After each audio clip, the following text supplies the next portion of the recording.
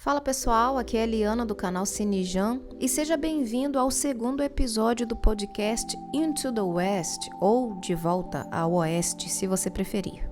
Hoje eu quero ver com você um pouco sobre a história dos anões e nós vamos começar pela criação deles e depois vamos ver também um pouco sobre a cidade de Moria, um dos maiores reinos dos anões na Terra-média. Como esse vídeo é uma compilação de 2 vídeos anteriores do canal, pode ser que algumas informações se repitam no início e no meio do vídeo, então te peço um pouquinho de paciência. Para aqueles que me solicitaram abrir um podcast também lá na plataforma do Spotify, eu quero dizer que eu já abri e o primeiro episódio já está postado lá. Só que eu gostaria de te fazer um pedido. Se você puder ouvir aqui pela plataforma do YouTube, que é onde eu tenho a minha monetização, ou seja, onde eu ganho dinheiro, seria melhor para mim. Mas só se você tiver o YouTube Premium, porque aí você pode desligar a tela do seu celular e simplesmente ouvir. Caso não tenha e você precise ficar com a tela do celular ligada, aí você me ouve lá no Spotify, que vai ser bom do mesmo jeito. Muito obrigada por me ouvir até aqui e agora vamos ao episódio. O povo anão na Terra-média é um povo forte e antigo, e sob uma determinada perspectiva, é até mais antigo que os elfos. Vamos ver hoje um pouco sobre a criação deles e todas as suas 7 casas. Como se conta no Silmarillion, o Vala Aule, o esposo de Yavanna, conhecido como o Vala Ferreiro e mestre de todos os ofícios, criou secretamente os anões porque se tornou impaciente enquanto aguardava pelo surgimento dos filhos de Ilúvatar, os elfos e os homens. E como eles ainda não haviam despertado, ele desejou ter seus próprios filhos para que pudesse amá-los e instruí-los. Esse tempo de espera foi o período conhecido como o sono de Yavanna, quando a Terra-média estava escura e silenciosa, e todas as coisas estavam dormindo de certa forma, aguardando um tempo de despertar. E ao mesmo tempo, nessa fase, o poder de Melkor ainda estava sobre a Terra. Assim, Aule criou os anões para serem fortes, impassíveis, resistentes e capazes de suportar adversidades. Mas como Aule tinha apenas uma vaga impressão dos filhos de Ilúvatar em sua mente, sua criação foi estruturada de forma diferente. Seus filhos então foram moldados de forma mais curta e atrofiada. Ele então criou primeiro os 7 pais dos anões num salão sob as montanhas da Terra-média.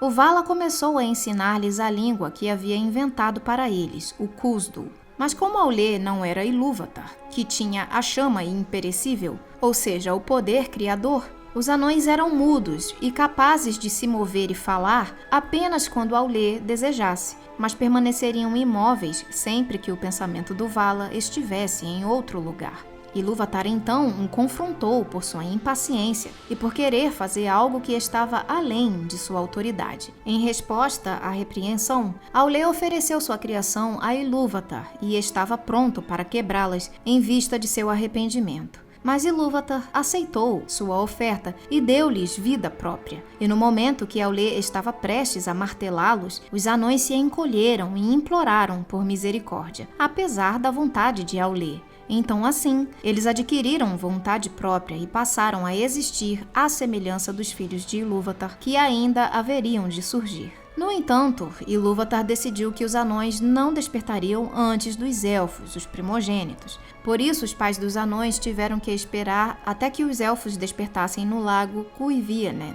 Assim, Aule os colocou para descansar em vários lugares da Terra-média. Foi nesse sentido que eu disse na introdução que os anões são até mais antigos que os elfos. No entanto, seu despertar foi posterior ao deles, então na prática os elfos são os mais antigos. É dito que o mais velho de todos os pais, conhecido como Durin, estava sozinho no Monte Gundabad, o lugar de seu despertar no norte das Montanhas Nevoentas. Ele é o ancestral de todos os reis da linhagem dos Barbas Longas, os anões que eram mais amigáveis com os elfos e homens, geralmente referidos como o povo de Durin. Sua cidade era Khazad-dûm. 2 outros pais foram deitados nas Eras de Lúin, ou Montanhas Azuis, a oeste de Eriador, e fundaram as linhas dos Broadbeams, ou Vigas Largas, e dos Firebeards, os Barbas de Fogo, que mais tarde viveram em Nogrod e Belegost. Os outros pais dos anões foram enterrados em 2 pares em Hun, as terras mais ao leste do Monte Gundabad, tanto quanto ao leste das Montanhas Nevoentas. Eles fundaram as linhas dos Iron Fists, Stiff Beards, Black Locks e Stonefoots, respectivamente os punhos de ferro, barbas duras, cachos negros e pés de pedra, na tradução em português.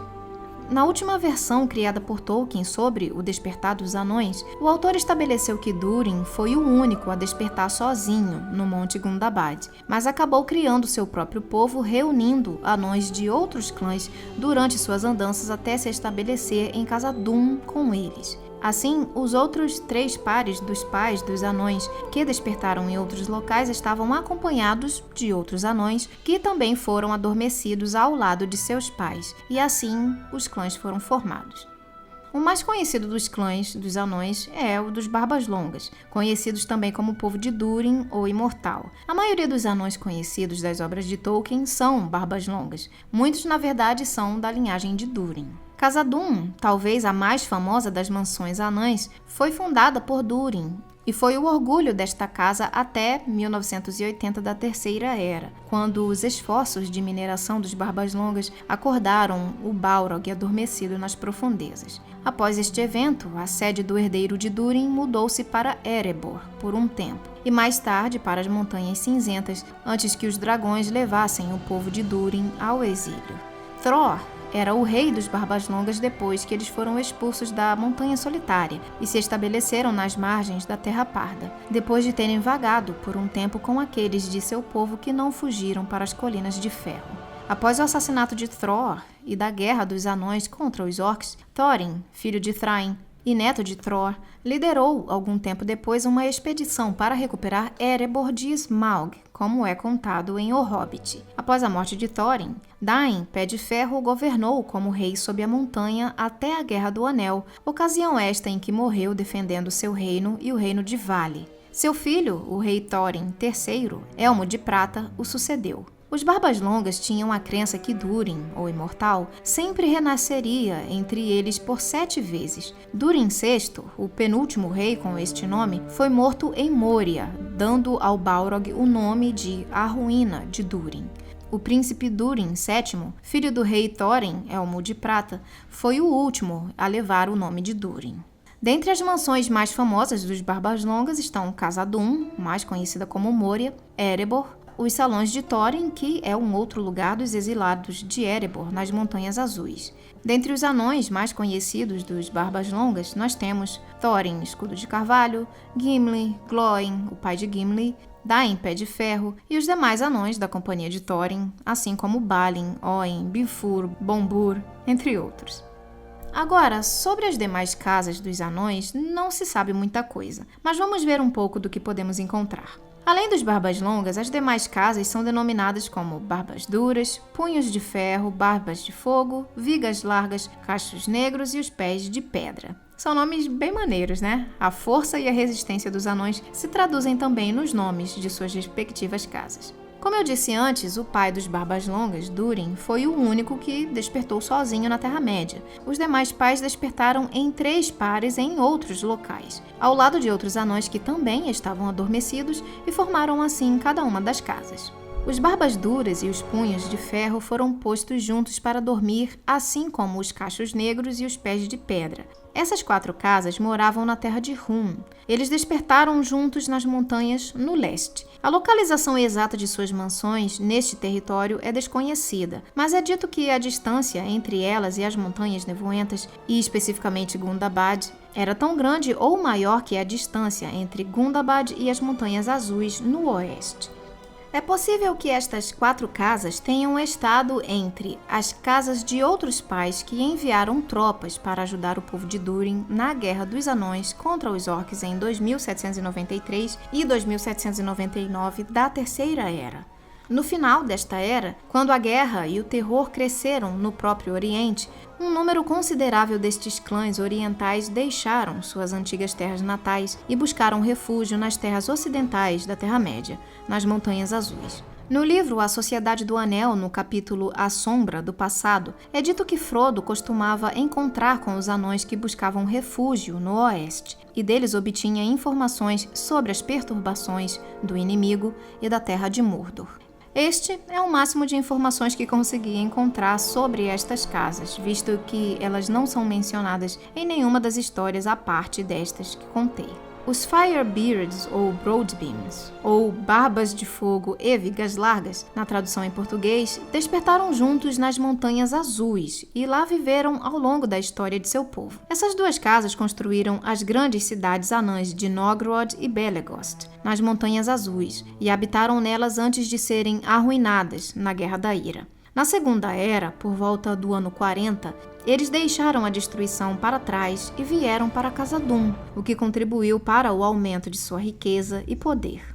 No entanto, alguns anões ainda permaneceram no lado leste das Montanhas Azuis nas eras seguintes. Em outras versões do Legendário, não está claro se as duas casas compartilhavam as duas cidades ou se cada casa morava na sua própria. No livro dos Contos Perdidos, as duas cidades são claramente habitadas por casas separadas. Sobre as Barbas de Fogo, não há muita história para se contar além dessas informações que acabei de trazer. Mas destas duas casas, os Vigas Largas têm um pouco mais de participação nas histórias da Primeira Era, conforme veremos agora. Um rei bem conhecido por seus feitos ainda na Primeira Era é o rei da Casa dos Vigas Largas, o senhor de Belegost nas Montanhas Azuis, Azaghal. Ao lado de seu povo, este rei anão participou da batalha mais sangrenta dos elfos contra as forças de Morgoth, a famosa Nirnaeth Arnoediad, a Batalha das Lágrimas Inumeráveis. Os anões de Belegost foram os últimos entre toda a força do leste a se manterem firmes quando tudo ia mal na batalha, e por isso ganharam renome. Pois, como diz no Silmarillion,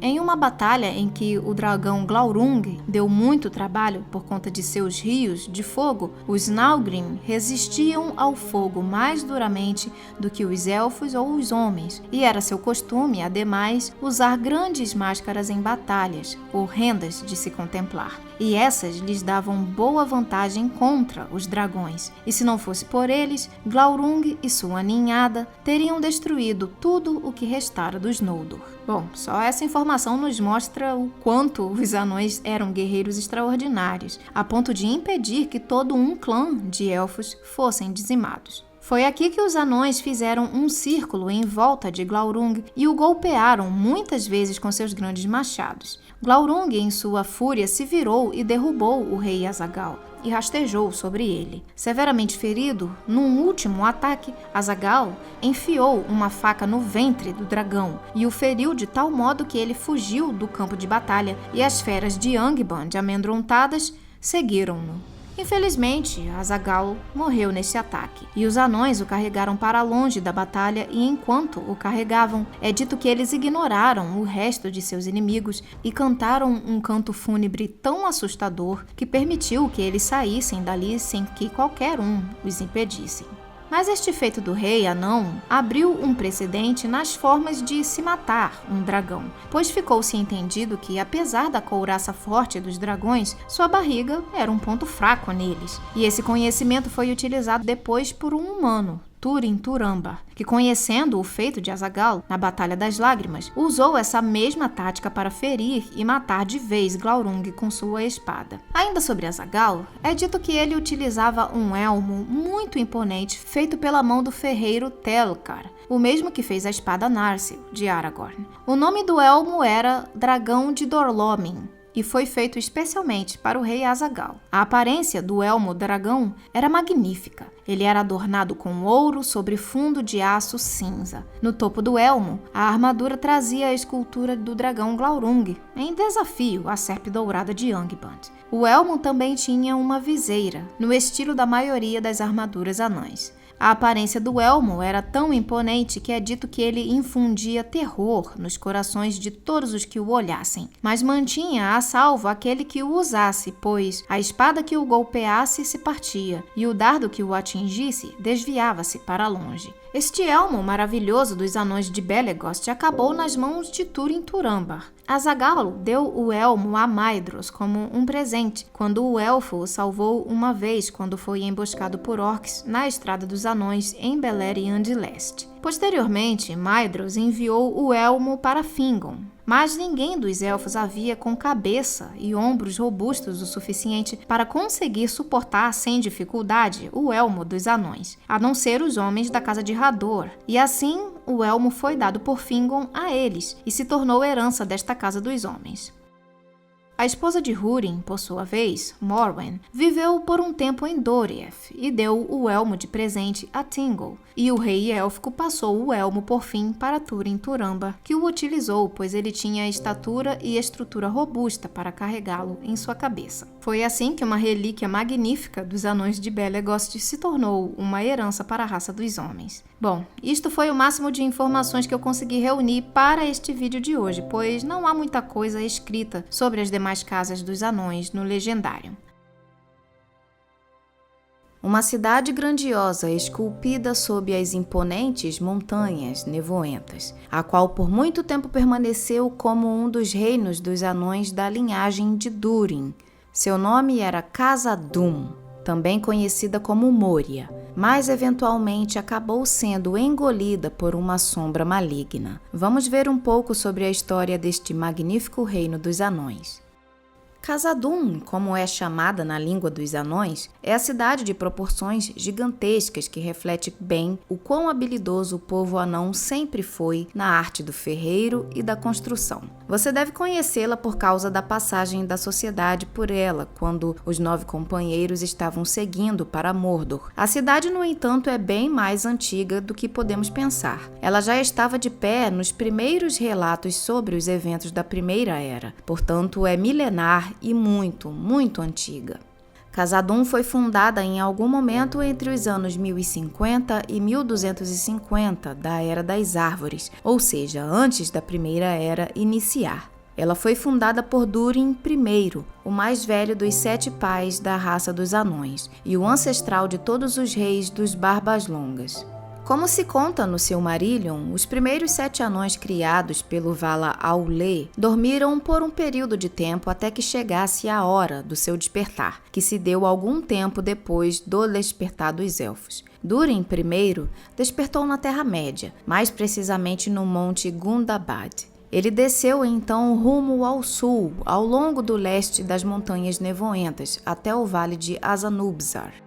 Ali, ele contemplou seu reflexo em um lago que mais tarde ficou conhecido como Keled-Zaram. E ao contemplar sua imagem no lago, que também refletia as estrelas do céu, ele viu como se 7 estrelas formassem uma coroa em sua cabeça, e ele interpretou isso como um bom sinal. Nesse mesmo lago foi posta anos depois uma pedra que ficou conhecida como a Pedra de Durin, em homenagem ao momento em que Durin viu a coroa de 7 estrelas e fundou Khazad-dûm. Durin então adentrou as cavernas das montanhas à beira do lago e começou a construir a cidade. Khazad-dûm significa Mansão dos Anões, e a cidade de fato fez jus a seu nome. Durin, acompanhado de seu povo, começou as escavações dentro da montanha e assim construiu também os portões do leste. Quem adentrava por esses portões encontrava o primeiro salão. Depois seguia-se uma grande passagem que levava até a ponte de Khazad-dûm, a mesma onde Gandalf caiu juntamente com o Balrog. É interessante notar que a disposição dos salões, câmaras e pontes dentro do reino foi pensada no sentido de proteger a cidade. Assim, a ponte de Khazad-dûm era uma passagem pensada para evitar as invasões vindas do leste. Qualquer ameaça que se apresentasse, a ponte poderia facilmente ser destruída, impedindo o único meio de passagem dos inimigos. Ou se ainda eles tentassem seguir pela ponte estreita, eles poderiam facilmente ser alvejados pelos anões.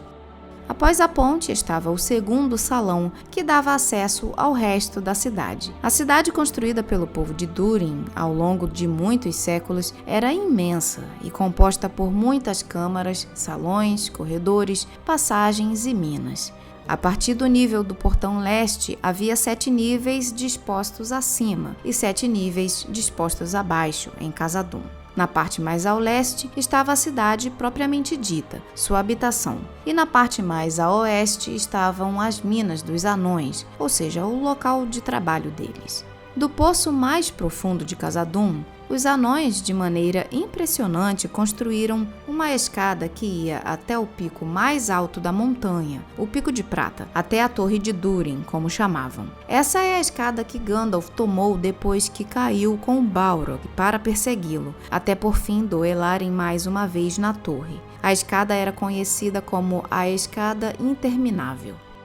A própria escada era uma obra tão impressionante, dada a sua extensão, que até mesmo para os anões dos outros reinos, como Gimli, por exemplo, ela estava perdida, ou então era apenas uma lenda entre eles e que nunca havia sido feita, ou ainda havia sido destruída. Na parte mais a oeste da cidade, os anões escavaram fundo o suficiente para que os anões pudessem ir de um ponto ao outro passando por debaixo das montanhas nevoentas. A magnificência do reino de Khazad-dûm se espalhou tanto pela Terra-média que até mesmo os elfos em Beleriand ouviram falar do reino dos anões ainda na Primeira Era, a partir dos relatos dos anões das Montanhas Azuis, com quem eles tiveram muito contato nos tempos antigos. Durin viveu em Khazad-dûm por muito tempo, tanto tempo que ele ficou conhecido em toda parte como Durin, o Imortal, mas ainda assim ele morreu, eventualmente, antes que os dias antigos tivessem passado, e seu túmulo ficou em Khazad-dûm.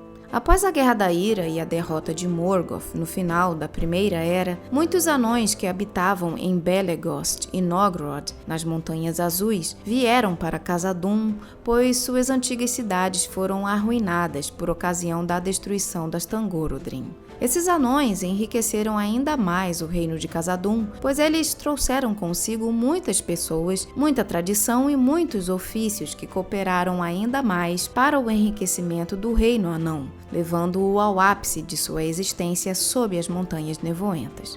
No lado oeste de Khazad-dûm, entre os anos 750 e 1500 da Segunda Era, as portas de Durin foram construídas pelos dois maiores artífices desta época, o anão Narvi e seu amigo elfo Celebrimbor, de Eregion.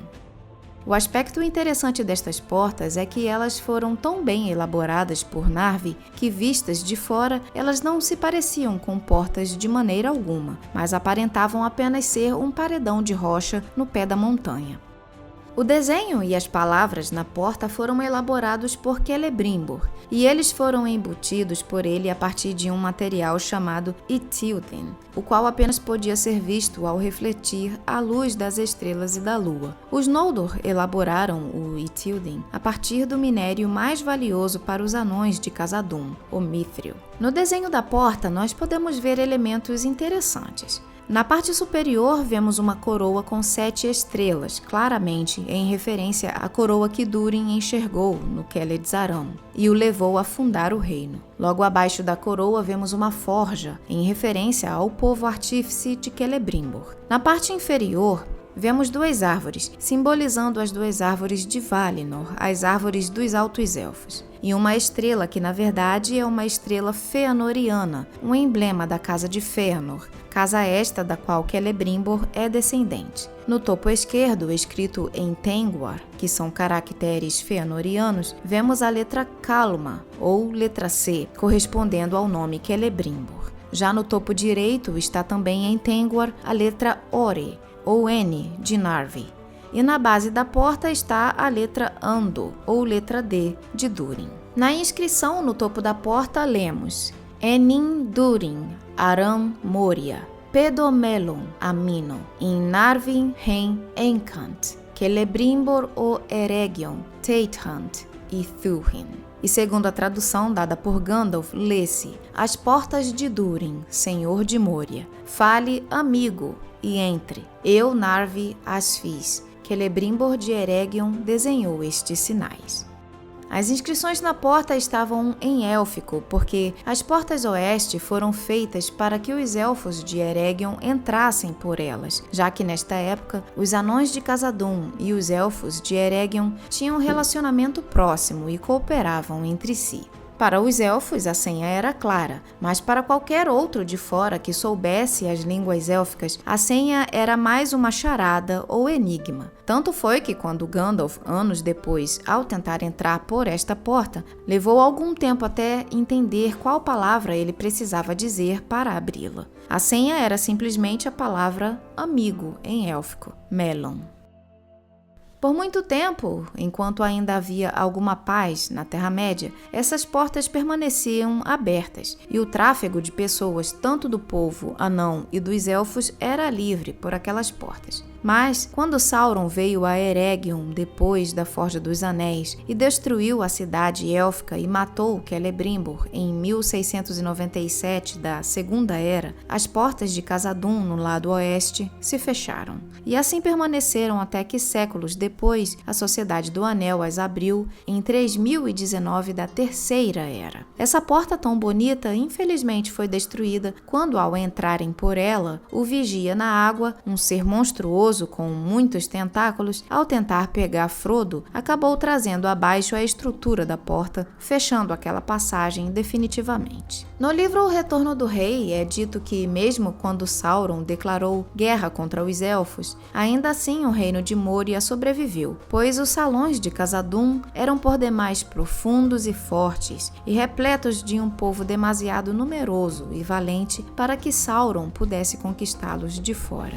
Assim, sua riqueza permaneceu por muito tempo intacta, embora seu povo começasse a diminuir. Após as portas terem sido fechadas pelos anões de Khazad-dûm, a amizade entre os elfos e anões começou a diminuir. O que foi uma pena, pois a amizade nesta época entre os elfos de Eregion e o reino de Durin era tão real que antes que Sauron viesse atacar os elfos, Galadriel e sua filha Celebrian puderam passar para o lado leste das Montanhas Nevoentas, atravessando todo o reino anão, de maneira que chegaram a salvo do outro lado e escaparam da destruição de Sauron graças à amizade entre as duas raças. Nesta época, os orques começaram a invadir as montanhas e eles começaram a formar seus fortes a partir do Monte Gundabad. O monte já havia sido um lugar de reuniões e encontros entre os povos dos anões, mas não era necessariamente uma residência para eles. Gundabad foi tomada pelos orques e chegou até desempenhar um papel nas guerras feitas pelo Rei Bruxo contra Arnor, no norte, dada a proximidade entre o monte e Angmar. Apesar dos muitos tumultos que aconteceram ainda na Segunda Era e no início da Terceira, como a Guerra de Sauron contra os Elfos, a Guerra da Última Aliança e a Guerra do Rei Bruxo no norte, Khazad-dûm foi forte o suficiente para resistir durante os Anos Sombrios, e foi apenas a partir de 1980 da Terceira Era que todo aquele reino iria começar a ruir. Neste ano, enquanto escavavam procurando por seu precioso metal mithril, os anões, sem querer, despertaram nas maiores profundezas da montanha um Balrog de Morgoth. O Balrog, obviamente, irrompeu em chamas contra os anões e matou o rei Durin VI, e assim ganhou o nome pelo qual ficaria conhecido entre eles, a Ruína de Durin. De alguma forma, os anões ainda conseguiram permanecer em Moria por mais um ano, sob o reinado do filho de Durin VI, Nain I, que foi morto em sua tentativa de destruir o Balrog no ano seguinte, em 1981, o que forçou a fuga do remanescente do povo para fora de Khazad-dûm. A cidade, a partir de então, ficou vazia e escura, e o segundo nome que ela já possuía, o qual foi dado pelos elfos, passou a ter ainda mais significado, pois o nome Moria, em élfico, significa Poço Negro ou Abismo Negro. E por 500 anos, o Balrog foi o único ser a habitar Khazad-dûm. Porém, em 2480, com o poder de Sauron crescendo em força em Dol Guldur, os orques começaram a invadir o antigo reino dos anões e a ocupar todos os seus níveis, bem como se multiplicaram aos montes ali dentro. Dentre o povo anão que foi expulso de Erebor pelo dragão Smaug em 2770 da Terceira Era, estava Thror, o antigo rei, o avô de Thorin Escudo de Carvalho. E ele, em 2790, resolveu partir em uma expedição para Moria, seguido apenas por um companheiro chamado Nar. Porém, ao entrar sozinho pelo portão leste, que curiosamente estava aberto, Thror acabou sendo morto por Azog. Esse assassinato do herdeiro da casa de Durin deflagrou a Guerra dos Anões e dos Orcs, que ocorreu em 2793. Eu já cobri essa guerra neste vídeo, dá uma olhada depois porque é uma história de vingança bem interessante. Os anões venceram essa batalha brutal, pois Dain Pé de Ferro decapitou Azog, da mesma maneira que Thror foi decapitado. Porém, com esta vitória, o filho de Thror, Thrain II, desejou entrar em Moria e retomar a cidade. Mas Dain e os demais anões das outras casas que participaram daquela vingança não estavam dispostos a encarar as sombras de Moria. Primeiro, porque o reino de Khazad-dûm pertencia ao povo de Durin, não a todas as casas dos anões. E em segundo lugar, porque quando matou Azog, Dain pôde olhar brevemente para a escuridão de Moria e viu de relance o Balrog. E assim soube que tentar retomar aquele reino seria uma tentativa vã. Os anões então não prosseguiram conforme Thrain desejava, e Moria continuou sendo um reino de escuridão, enquanto os anões voltaram para suas habitações nas Montanhas Azuis, Montanhas de Ferro e na Terra Parda. Em algum momento entre 2845 e 2850, Gandalf chegou a entrar em Moria pelo portão leste procurando por Thrain, que nesta época já havia se perdido quando anos antes decidiu partir para Erebor, mas acabou aprisionado em Dol Guldur por Sauron. Gandalf entrou pelo portão leste e saiu pelo portão oeste, que pode ser aberto de dentro para fora facilmente, o que significa que ele atravessou Moria na escuridão e não encontrou com Balrog. Provavelmente é por esse motivo que passar pela cidade anos depois com a sociedade é uma opção para ele. Não confunda com o que você viu nos filmes, ok? A ideia de passarem por Moria partiu do mago, segundo o livro. Após a Batalha dos 5 Exércitos, um número grande de orques das Montanhas Nevoentas foi dizimado nessa batalha. Assim, anos depois, Balin resolveu liderar uma expedição para reocupar Moria em 2989.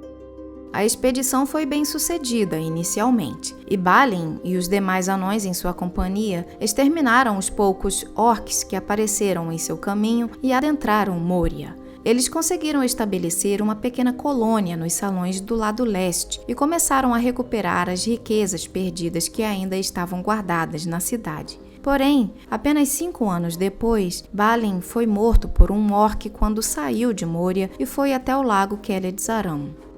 Após sua morte, muitos orcs vieram contra os anões em Moria e conseguiram invadi-la. Os anões os combateram no segundo salão. Enquanto alguns morreram neste salão, outros anões fugiram para as câmaras no 7º nível da cidade. O corpo de Balin, que havia sido recuperado, foi posto em uma tumba na câmara de Mazarbul, a mesma câmara onde estava seu trono. Com uma derrota iminente, um grupo de anões, incluindo Oin, fugiu para o portão oeste. Eles deram de cara com um vigia na água e o monstro matou Oin, e a fuga deles se tornou impossível. Os anões que permaneceram na câmara de Mazarbul, incluindo o anão Ori, se viram cercados pelos orcs, e foi nesta ocasião que eles escreveram as palavras que Gandalf lê anos depois no livro de Mazarbul, relatando o cerco deles. Ali eles foram vencidos e nenhum sobreviveu. O destino de Balin e de sua colônia permaneceu um mistério, até que a sociedade entrou em Moria em janeiro de 3019. Antes da passagem da sociedade, em algum ano que não sabemos, Aragorn também entrou em Moria por algum motivo pelo Portão Leste, também conhecido como Portão do Riacho Escuro. Ele menciona isso no livro A Sociedade do Anel e deixa claro que a experiência não foi muito boa, apesar de ter saído com vida, e que não gostaria de entrar em Moria novamente.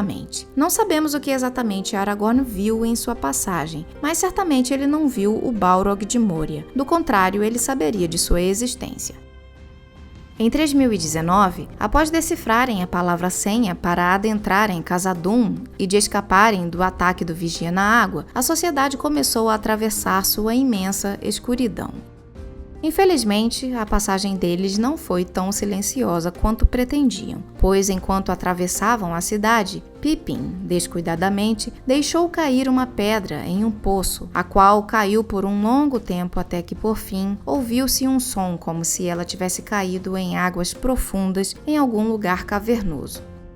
O som foi seguido por um ruído como de um martelo, e Gandalf preocupou-se de que o ato impulsivo de Pippin tivesse despertado algo ruim que poderia muito bem ser deixado quieto, o que o levou a repreender severamente o Hobbit, dizendo: "Seu tuque tolo."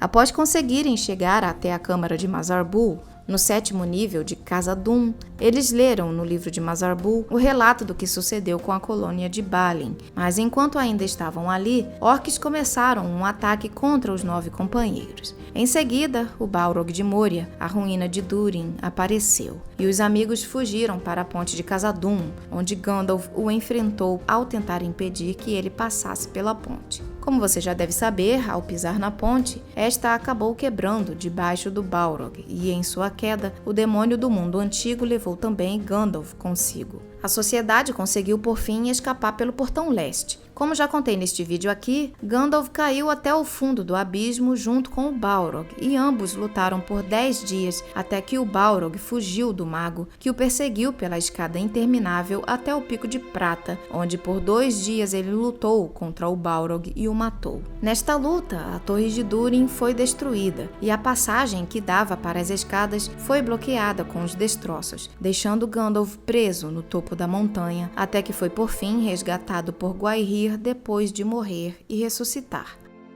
A história de Khazad-dûm esteve envolta em escuridão por um bom tempo, mas após a derrota de Sauron e já livre do Balrog e dos orcs, Moria finalmente pôde voltar a seus dias de glória na Quarta Era. Algum tempo depois, do ano 171 desta era, Durin VII, um descendente de Dain, Pé de Ferro, e aquele que os anões acreditavam se tratar da 6ª reencarnação de Durin, o Imortal, conseguiu liderar uma expedição final e bem-sucedida para Khazad-dûm, e os anões finalmente recuperaram a herança daquela cidade que pertencia ao povo de Durin. Conforme dito na canção entoada por Gimli enquanto passavam pela cidade, os martelos voltaram a ressoar nos salões de Moria e o reino voltou ao seu esplendor. E Durin, o Imortal, mais uma vez despertou. As informações aqui compartilhadas foram tiradas dos livros A Sociedade do Anel, Contos Inacabados, Apêndices de O Retorno do Rei, O Silmarillion e o volume 12 do História da Terra-média, The Peoples of Middle-earth. Bom, pessoal, por hoje é isso. Espero que vocês tenham gostado desse segundo episódio. Lembre-se que o link do Spotify vai estar na descrição desse vídeo, então se você quiser me ouvir lá, é só clicar no link. Se você gostou, por favor, deixe o seu like, porque isso ajuda muito o vídeo, ajuda muito o canal. Deixe seu comentário também do que você achou e vamos em frente. Muito obrigada por me ouvir até aqui e a gente se vê no próximo Into the West.